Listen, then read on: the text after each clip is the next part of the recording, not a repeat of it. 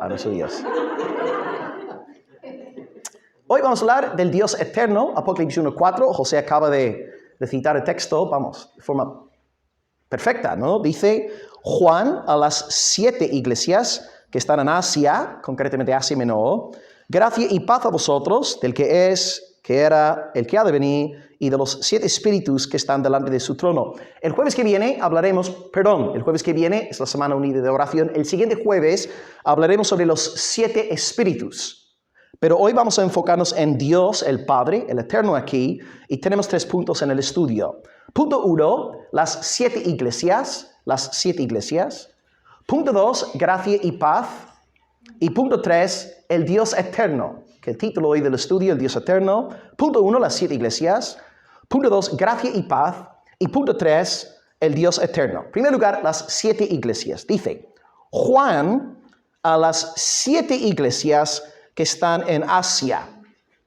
Juan dirige esta carta a 7 iglesias en Asia Menor, una zona que tú y yo conocemos hoy día como Turquía. 7 iglesias en Turquía, y como bien ha dicho José, pues estas iglesias salen nombradas en Apocalipsis. Están en capítulos 2 y 3. En el capítulo 2 encontramos Éfeso, Esmirna, Pérgamo, Tiatira, y luego en capítulo 3 nos encontramos con Sardis, Filadelfia y Laodicea. Escribe Gregory Beale, él ha publicado el mejor comentario que hay el Apocalipsis, dice: la elección del número 7 no es casual. El 7 es el número favorito del Apocalipsis. Bíblicamente significa finalización o plenitud, y se deriva originalmente de los 7 días de la creación. Es decir, este mensaje es para la plenitud de la iglesia. No es solamente para 7 congregaciones en Turquía del primer siglo. Esta palabra de Dios también es para los santos en Almería, España. Esta palabra es para nosotros. Hasta aquí las 7 iglesias. Número 2, gracia y paz.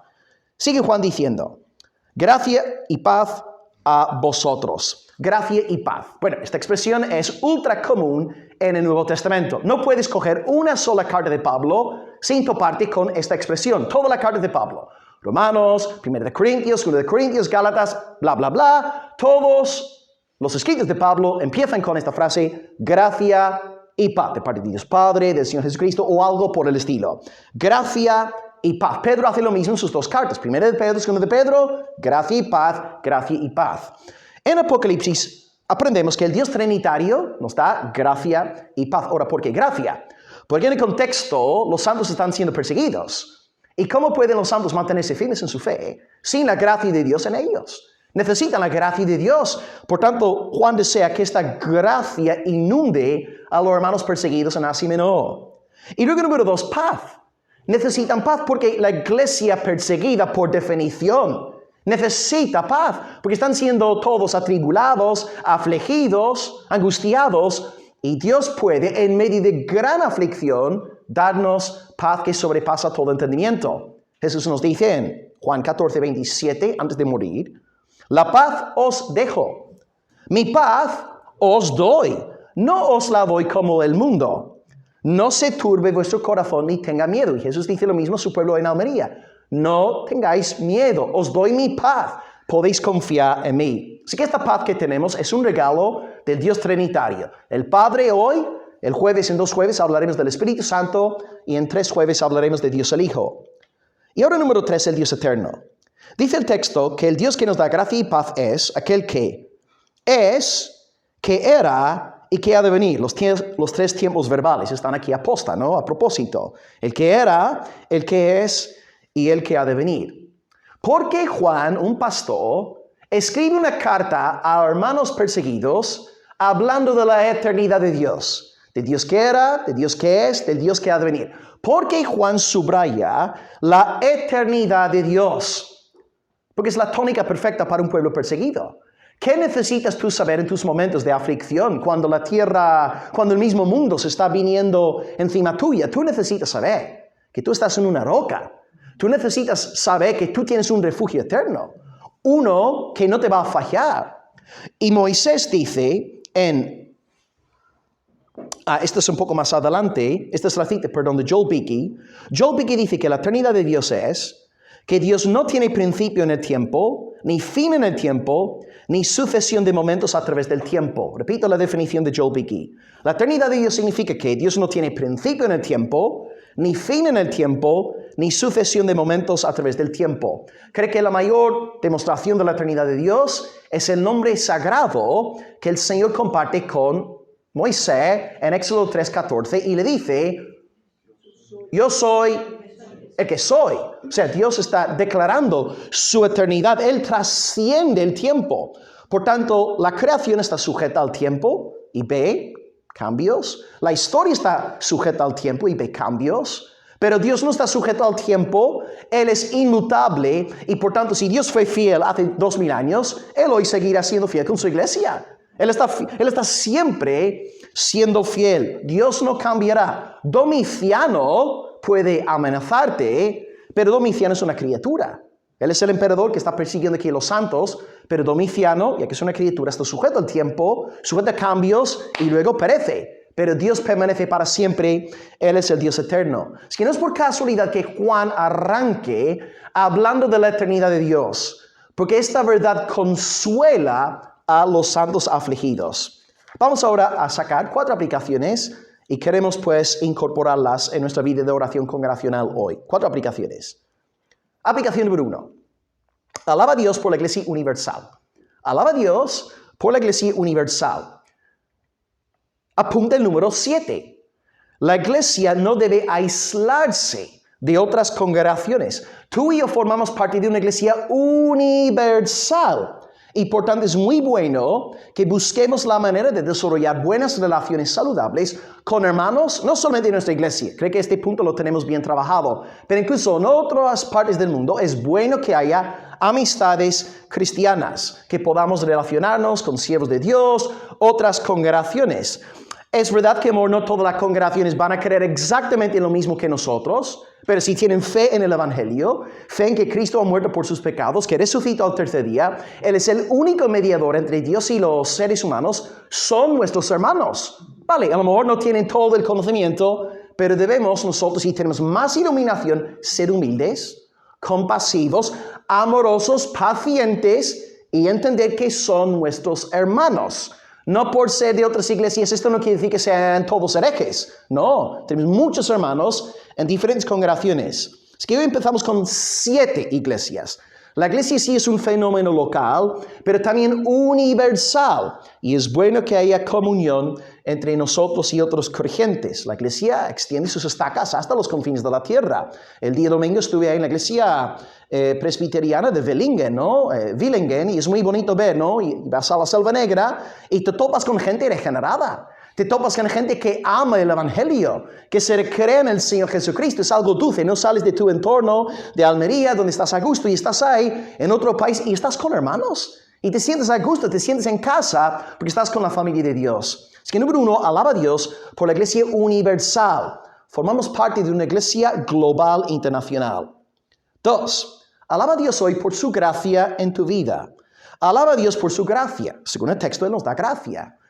1, la gracia salvadora. Él te regeneró. Tú estabas muerto en delitos y pecado. Y Dios, ¡pum!, te regeneró, te levantó, te resucitó, te dio nueva vida. Alaba a Dios. Tú no saliste de la tumba por tu propio poder. Fue Dios. Él te levantó, Él te dio nueva vida, Él te convirtió. Por tanto, da gloria al Señor por su gracia salvadora.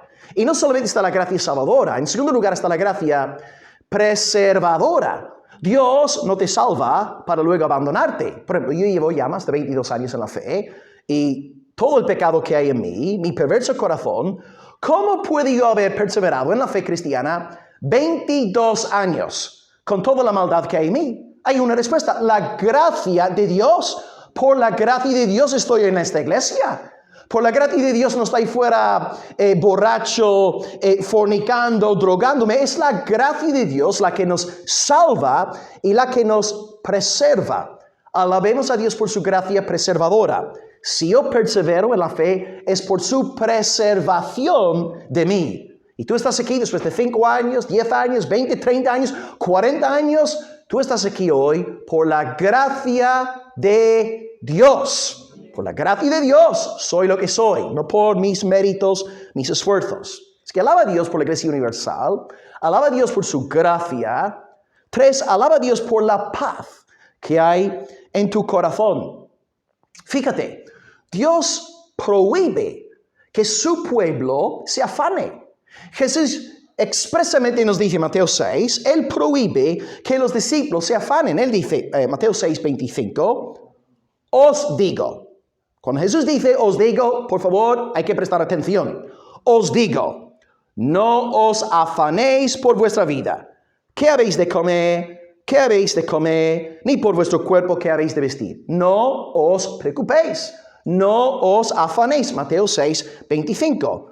¿Por qué no? Porque Jesús prohíbe este tipo de inquietud, preocupación en nosotros. Más adelante en el 32 de Mateo 6 dice, porque vuestro Padre Celestial sabe que tenéis necesidad de estas cosas. Los gentiles sí van buscando estas cosas porque no tienen un Padre lleno de gracia, un Padre lleno de paz. No tienen un Padre. No tienen un Padre Celestial. Por tanto, es normal que el gentil, sin fe en el Dios verdadero, es normal que se afane. Es normal que su vida gire en torno a qué voy a comer, qué voy a beber, qué voy a ponerme para vestirme. Pero el creyente no. El creyente no se afana por estas cosas porque confía en su Padre Celestial. Tú y yo no tenemos la promesa de grande prosperidad en esta vida. Ahora, Dios puede prosperar a los miembros de una iglesia local. Pero como regla general, Dios no tiene, ¿verdad? Cuando pensamos en la iglesia universal, muchos son pobres, pero Dios suple según esas necesidades. Dios nos da de comer, nos da de beber, nos da ropa por su buena gracia y por tanto debemos tener paz. Hermanos, en este año no vivamos como gentiles. No vivamos como si no tuviéramos un Padre Celestial. Confiemos en todo momento sabiendo que Él será más que suficiente en todo momento y no seremos probados más allá de lo que podamos resistir. Él es fiel, Él es bueno, Él es nuestro Padre. Por tanto, si no hay paz hoy en tu corazón, examina la raíz de esta falta de paz.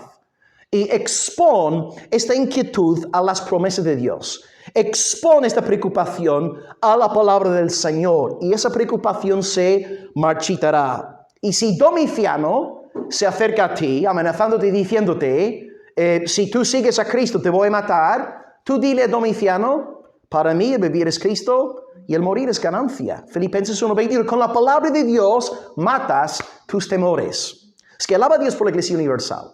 Alaba a Dios por la gracia que Él te ha dado. Alaba a Dios por la paz. Y número 4, alaba a Dios por ser el Dios eterno, el gran yo soy. Él es el Dios eterno. Salmo 90, esto es lo que quería leeros antes. Moisés dice, Señor, tú nos has sido refugio de generación en generación. Antes que naciesen los montes y formases la tierra y el mundo, desde el siglo y hasta el siglo, tú eres Dios. ¿Os dais cuenta de cómo Moisés utiliza la doctrina de la eternidad de Dios? Él habla de Dios como eterno y dice que esta doctrina es para nosotros un refugio. Algo que estoy leyendo ahora en el libro de nuestro hermano Israel, que va a publicar este año, sobre Job, ¿no? Sí, la teología es muy importante, pero también la aplicación es vital. Y lo que no debemos hacer es simplemente tener conceptos correctos de un Dios eterno, pero aplicar esta doctrina a nuestras vidas. Y debemos nosotros extraer riqueza de esta promesa viviendo bajo el refugio de Dios. Él es el Dios eterno, Él es el gran yo soy.